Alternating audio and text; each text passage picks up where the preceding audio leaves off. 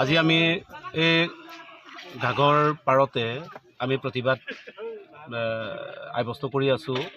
প্ৰতিবাদ কৰাৰ মূল বিষয়টো হ'ল আজি আমাৰ বিধায়ক উৎপলদত্ত ডাঙৰীয়াই গুণাৱতীলৈ আহিছে বুলি আমি ৰাতিপুৱাতে মানে গম পালোঁ। ৰাতিপুৱাই গম পোৱাৰ লগে লগে আমি আমাৰ যিবিলাক কৰ্মী আছে, যিটো কৰ্মী আছে আমাৰ এই TMPK MMK কৰ্মী আছে, এই কৰ্মীসকলক লৈ পেলাই আমি এই ঘাগৰ পাৰতে প্ৰতিবাদ কৰিছোঁ। এতিয়াও আমাৰ উৎপলদত্ত ডাঙৰীয়া 9 বজাৰ পৰা এতিয়া 3 বজালৈকে ইয়াতে উপস্থিত আছে। তেওঁক আমি প্ৰগ্ৰাম কৰিবলৈ দিয়া নাই। তেওঁ ইয়াত অহাৰ মূল কাৰণ আছিল মানে এই PMGSY এটা স্কিম আছে, এই স্কিমটো মানে উন্মোচন কৰাৰ আৰু তেওঁৰ দলীয় আঞ্চলিক কমিটিৰ অধিৱেশন আছিলে, অধিৱেশনলৈ তেখেত আহিছে।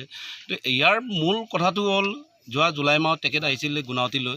তেতিয়া আমাৰ এই 2 নং নাঙৰণি, বালিবেটা, উৰিয়ানতলা, উজানতলি এই পৰিয়াৰ ৰাইজৰ মাজত যেনেকৈ তেওঁ দুৰ্ব্যৱহাৰ কৰিছিল, গাল পালিম, চৰিয়াই দিম, চুচৰাই লৈ যাম, থানাত ভৰাই দিম, এনেকৈ যিটো তেওঁ বাক্য ব্যৱহাৰ কৰিছিল, এই বাক্যটোৰ কাৰণে তেওঁৰ ওপৰত আমি প্ৰতিবাদ কৰি যোৱা 2 আগষ্ট তাৰিখে প্ৰতিবাদ কৰিছিলোঁ। প্ৰতিবাদ তুলিতে আমি তেওঁলৈ এটা অকিয়াই দিছিলোঁ যে এই বিষয়টো তেওঁ ৰাজহুৱাভাৱে ৰাইজৰ লগত যেতিয়ালৈকে ক্ষমা নোখোজে তেতিয়ালৈকে আমাৰ এই মিচিং অঞ্চলত তেওঁৰ প্ৰৱেশ আমি নিষিদ্ধ কৰিছিলোঁ, তেতিয়া অতৰ্ক কৰিছিলোঁ। গতিকে এই অতৰ্কটো তেওঁ নামানি আজি ইয়ালৈ আহিছে। গতিকে ইয়াৰ পুনত এতিয়া ইয়াত 4 ঘণ্টা ধৰি এতিয়াও আবদ্ধ হৈ আছে।